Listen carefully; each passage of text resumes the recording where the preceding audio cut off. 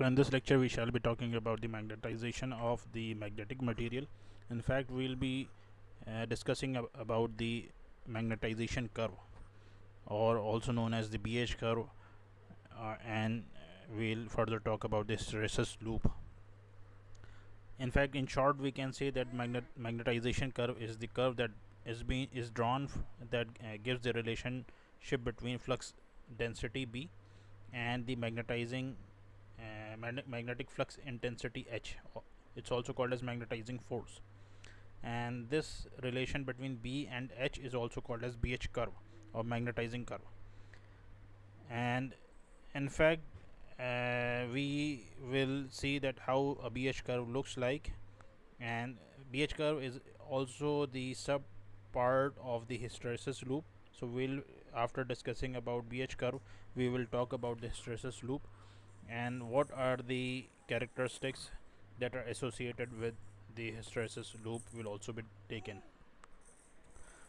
So we first talk about the magnetic property associated with magnetic material. So suppose that we have any magnetic material. The shortest way to identify is that if it is attracted towards another magnetic material or a magnet, then it's a magnetic material.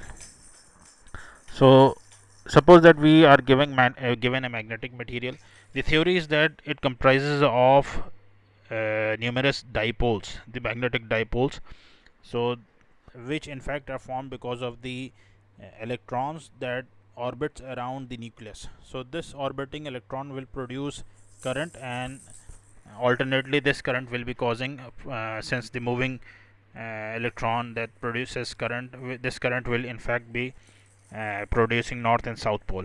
So there are numerous dipoles in any magnetic material, and they are aligned or oriented in a random fashion as shown here.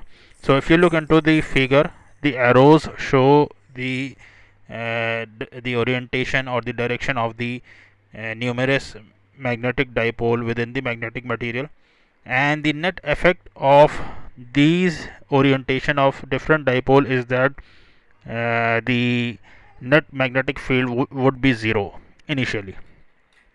Once this particular magnetic material is subjected to external magnetic field, so this external magnetic field could be because of an external electromagnet that could be provided by windings of certain turns, which would be wound over the material, or it could be because of another strong permanent magnet which is in the close vicinity of this particular magnetic material. So if suppose that somehow we are capable of producing external magnetic field which is being applied to this particular magnetic material, which has net magnetic uh, effect 0.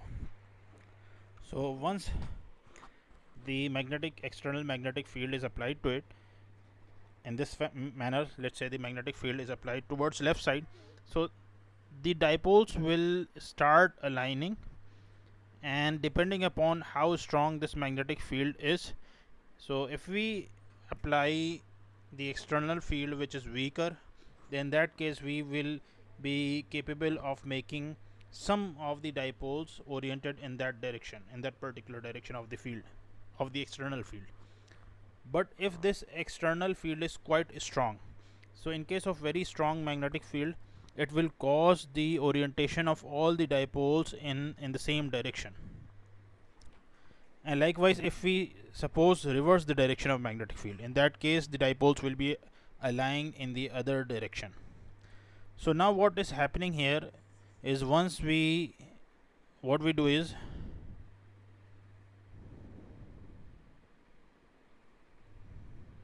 so let me use the pen.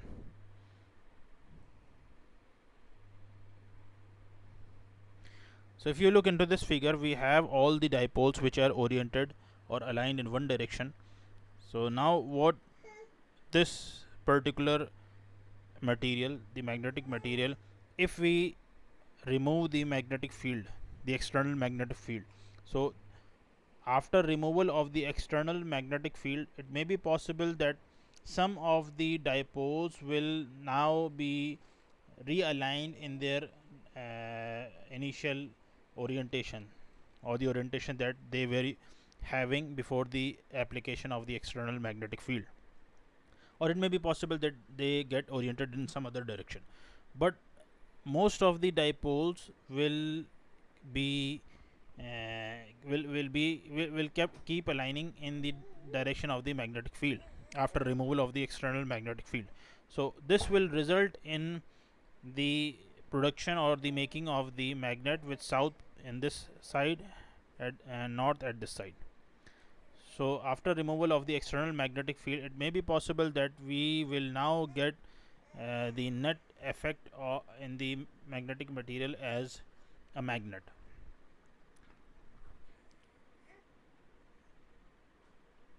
So in conclusion, or in short, we can say that once an external field is applied to a magnetic material which is initially demagnetized, or it doesn't possess any sort of net magnetism, then on application of an external field will cause a sort of production of magnetism inside that particular magnetic material under study.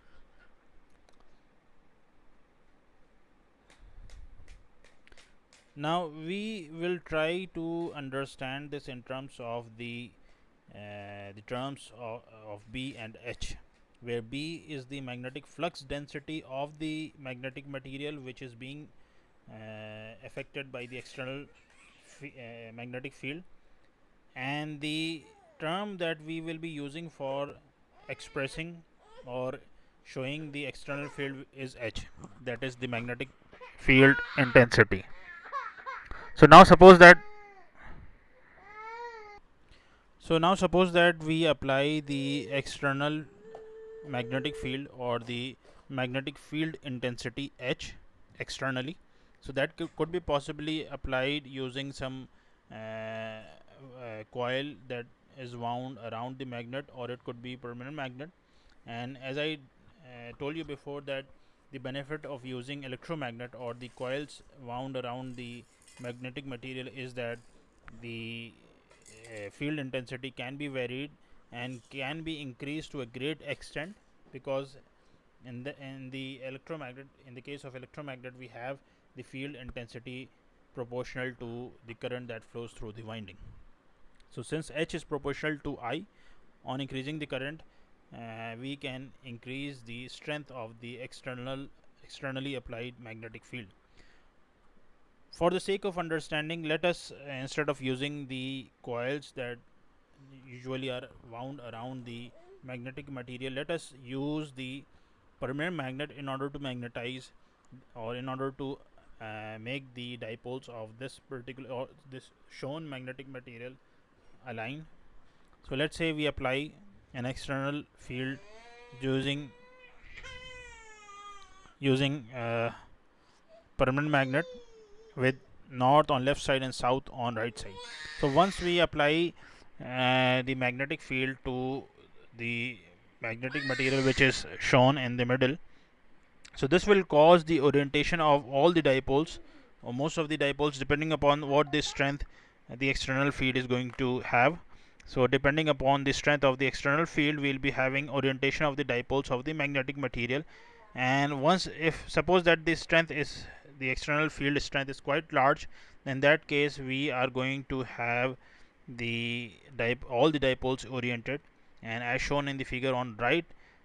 So if suppose the x-axis is corresponding to H, so let me write this. So if this shows the h-axis or the field strength, and this is B, which pertains with the magnetization of the material.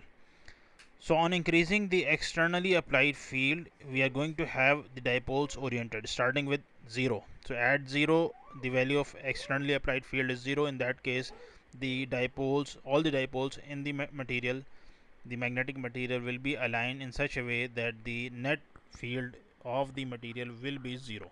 Once we gradually start increasing the value of H, so on gradual increase of H, we will observe that the dipole will start orienting, and this orientation in the dipole will cause increase in B of the material. So as H is increased, we can see that B increases.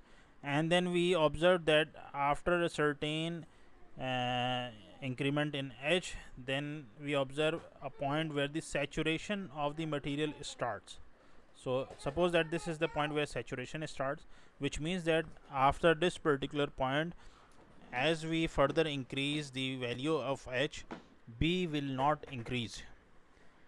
The reason is that since the material we are taking into account has finite number of dipoles, so when all the dipoles of the material are aligned, in that case we have attained the maximum field density of the material.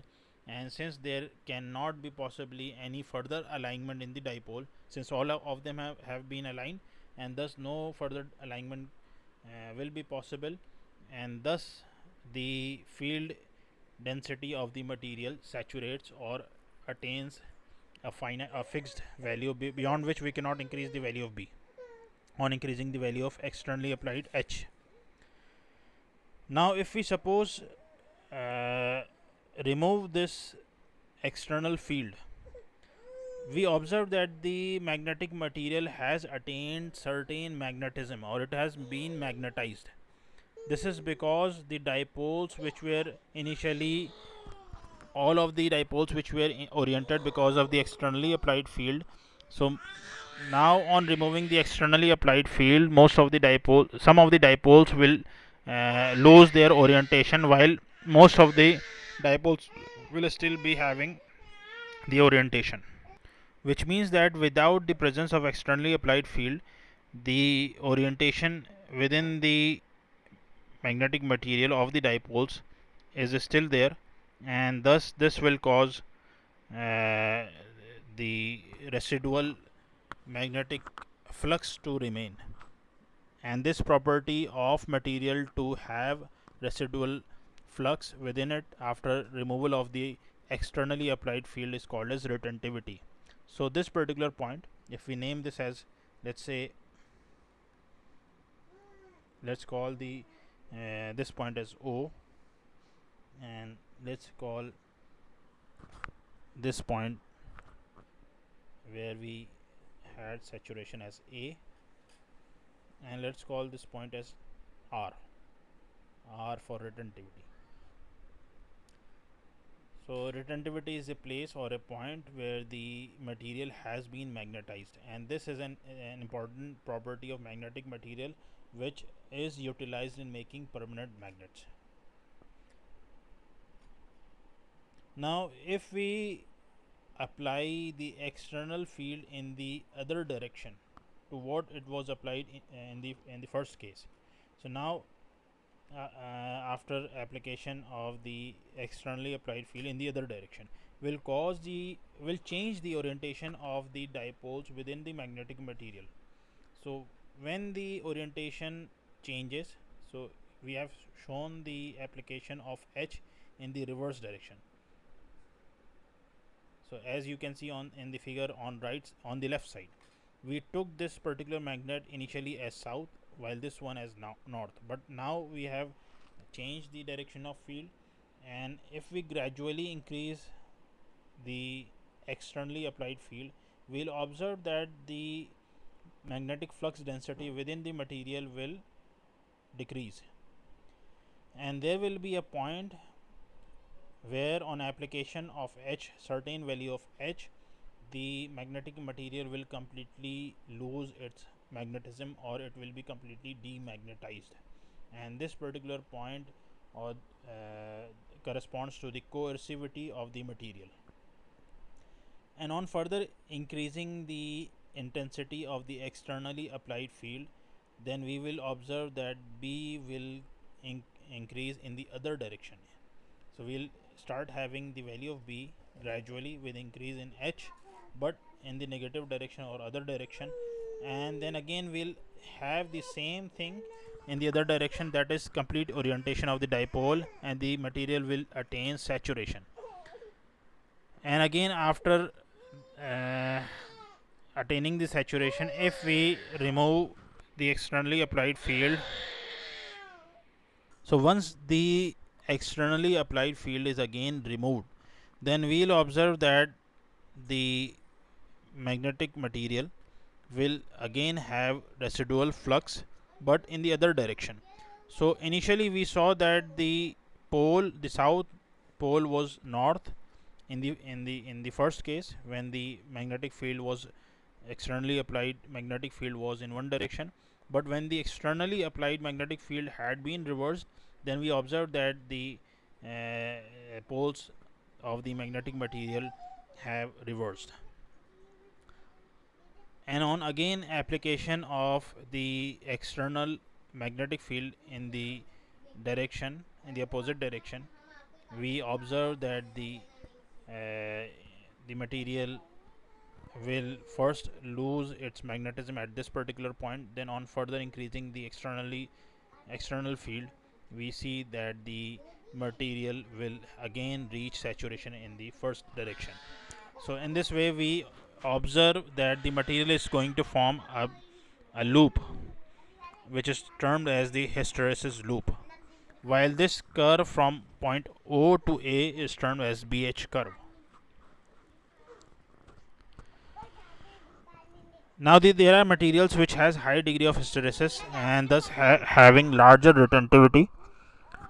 So as you can observe the figure, then we have soft material and hard material. So the soft material will have low value of retentivity as well as coercivity, while hard material have higher values of retentivity and coercivity. And likewise, then again we have, compared to hard material, there is another special material called as alnico. So it's an alloy, and this will be having much larger hysteresis loop as compared to the harder material. So here is more example, and again in this figure, in the third figure, we can see that compared to SMCO, it's called as aluminum cobalt, alnico has smaller hysteresis, size of hysteresis loop smaller than this one. So this in fact is the rare earth magnet which has the highest or the largest hysteresis loop compared to alnico, and alnico has larger hysteresis loop compared to hard material, hard steel, and hard steel has higher larger hysteresis loop compared to soft material. So we normally prefer the material which have larger hysteresis loop for making permanent magnet, while those having smaller magnetic material are preferred for making cores of transformer and machines. And this is the reason, because behind this is the loss. So we'll discuss about loss in the upcoming slides.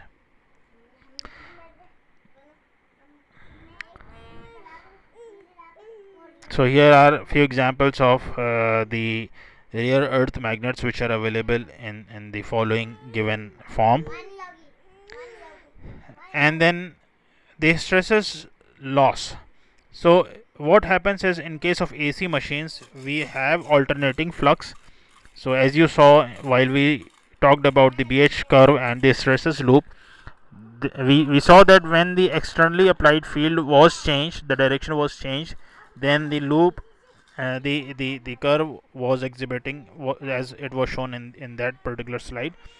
So in fact, in case of AC machine, we have alternating current. This alternating current causes alternating flux.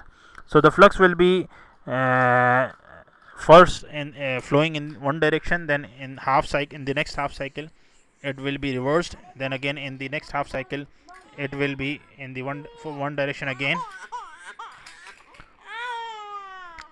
So there will be a sort of to and fro flow of flux within the course of the machine or transformer, and this to and fro movement of flux will cause formation of hysteresis loop within the core of the material of the machine, which is made up of magnetic material. And this persistent formation of hysteresis loop in the machine's core causes dissipation in the form of heat and humming sound, and this causes core to heat up. This power loss in the core due to hysteresis effect is called hysteresis loss, and this loss is proportional to the area of the hysteresis loop of the material. And larger the area, we will be having larger hysteresis loss, and that is why We prefer soft material for making the cores of the machine because they have smaller hysteresis loop and thus smaller losses. So larger hysteresis the cores with larger hysteresis loop will exhibit larger losses, and thus they are not the material with larger hysteresis loop are not preferred for making cores of electrical machines. Rather, they are preferred for making permanent magnets. Hysteresis loss is given by the following expression as given as pH equal to eta B max to the power 1.6 FV, where eta is termed as the Steinmetz constant, B max is the maximum value of flux density in when AC supply is given. So we'll be having alternating flux, and the maximum value of that flux density within the machine is B max. F is the frequency, supply frequency, and V is the volume.